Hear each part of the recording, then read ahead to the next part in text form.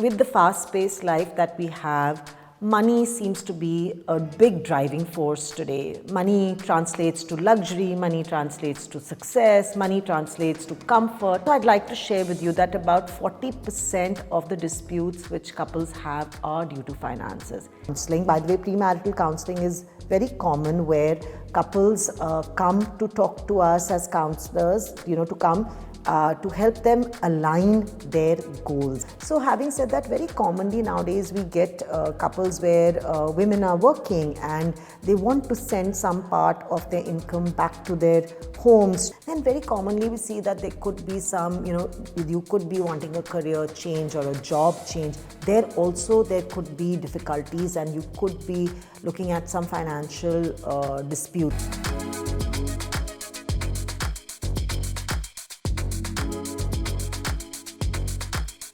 Hi everybody, I'm Dr. Rachna Khanna Singh and I'm a mental wellness and a relationship expert. And today we're going to talk about a very important topic, which is financial disputes and financial disagreements in a relationship. So with the fast-paced life that we have, money seems to be a big driving force today. Money translates to luxury, money translates to success, money translates to comfort, money also translates to somehow in a lot of people's mind a good relationship. So what is it that is causing financial strain on couples? So also I'd like to share with you that about 40% of the disputes which couples have are due to finances. And research shows us that 19% of the relationships end because of financial dispute. So why is it that couples, what is it that creates these disputes? So one, there could be a difference in understanding of how we would want to spend our finances, the finances that we have. How would we like to, segregate them? How would we like to segregate it into the daily household finances, into how we'd like our lifestyle to be and how much expenses we want, what is it that we want to put into luxury, what is it that we want to put into savings. So today there is a very vast difference in mindset. In fact, generations are changing so rapidly that we see that the way Gen X thinks, the way the millennials think, and the way Gen Z is thinking is absolutely different.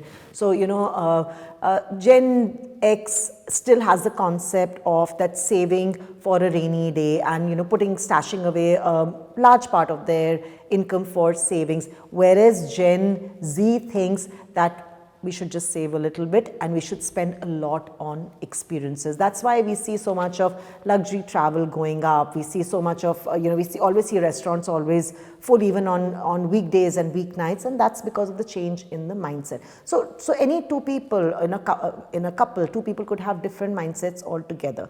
Then we could also have different financial goals. That means, somebody may want to buy a better luxury car, and somebody may want to invest into a property, another one may want to put it into SIPs. So it's very important to align your financial goals also. Very commonly nowadays in premarital counseling, by the way, premarital counseling is very common where couples come to talk to us as counselors, to help them align their goals. And one of the main things they'd like to align is the finances, because it becomes very difficult to discuss. It's a slightly difficult topic to discuss when you're specifically sitting in for an arranged match or you've just dated for a short while. So counselors do the task of aligning the financial concerns, the sexual concerns, the divisibility of household chores and so on and so forth, So having said that, very commonly nowadays we get couples where women are working and they want to send some part of their income back to their homes to maybe to educate a sibling, maybe to help their parents, maybe to pay up their education loans and so many things like that. And that is something which may not go down very well with their husband or their in-laws. So that is something I think which needs to be aligned very, very clearly. Then also a very important thing is the cultural differences, that in some cultures traditionally we feel that it is the man who's going to do most of the spending, or I think that is very, the chivalry equals to men spending the money. So that also, that kind of a thought line or a mindset needs to be aligned by the couple, that what is it that they are thinking. Today also very commonly we see people where they are driven by the financial flex, where they feel that, if I have a better bag, I wear better diamonds, I wear branded stuff, then I will look good in the society. So for that, well, it's not easy to earn money at all.